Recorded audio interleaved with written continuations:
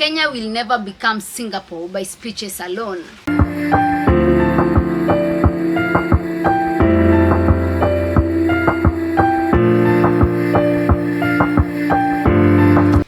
Hello guys, welcome to my YouTube channel. If you are new here, subscribe to the channel, and if you are a returning subscriber, thank you for staying.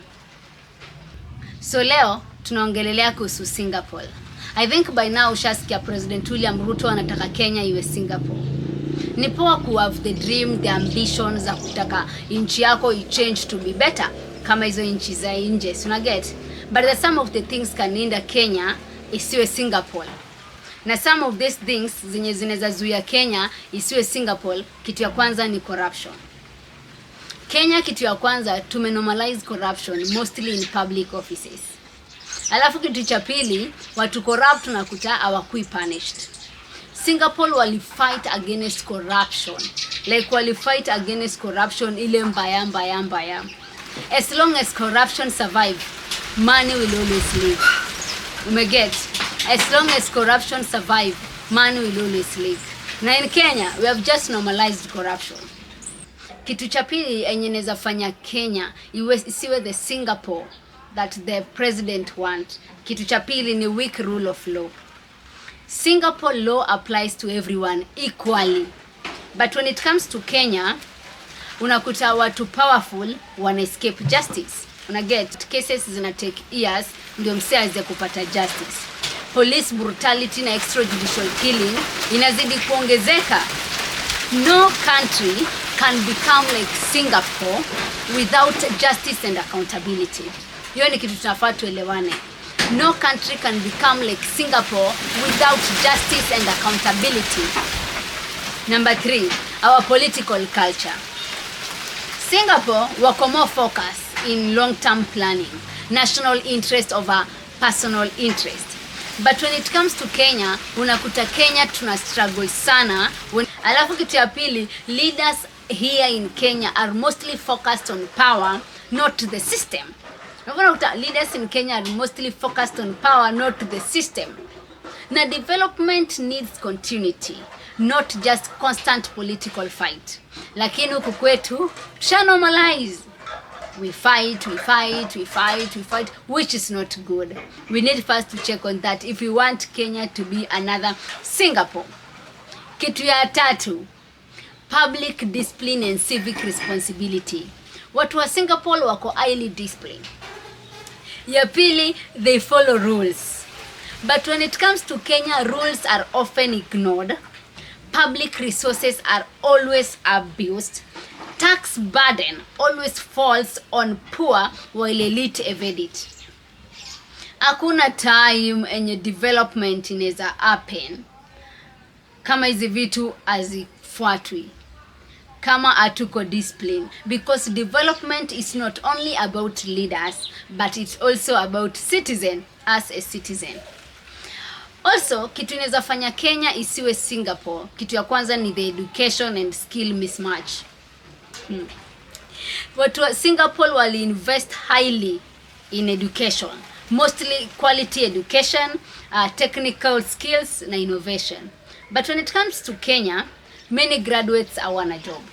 Alafu most of our TVETs here are underfunded. Think that Kenya cannot be Singapore, yet you can't build Singapore with unskilled and frustrated youth population. Alafu kitu ingine ya sita sasa enye inaweza inda Kenya from not becoming Singapore ni that Singapore reduced extreme poverty earlier. But here in Kenya kuna huge gap when it comes to wealth, huge wealth gap. Alafu slums next to luxury estate. Alafu here unakuta kuna a lot of youth wako unemployed. A country cannot industrialize while most people are struggling to survive. Open get yo. A country cannot industrialize when most of the people in that country are struggling to survive. Youth hawana kazi, graduate hawana kazi, TVETs are underfunded, hawana skills, so poverty ina increase. So hakuna vile tunaweza industrialize while most people are still struggling. Alafu kitu ingine enye inaweza zuia Kenya isiwe the Singapore enye inataka kukua ni human rights record. Singapore though ilikuwa strict, bado ilikuwa ina protect stability and order. But here in Kenya, we are facing a lot of abduction, police violence, alafu our people are being oppressed. Fear kills innovation, trust and national unity.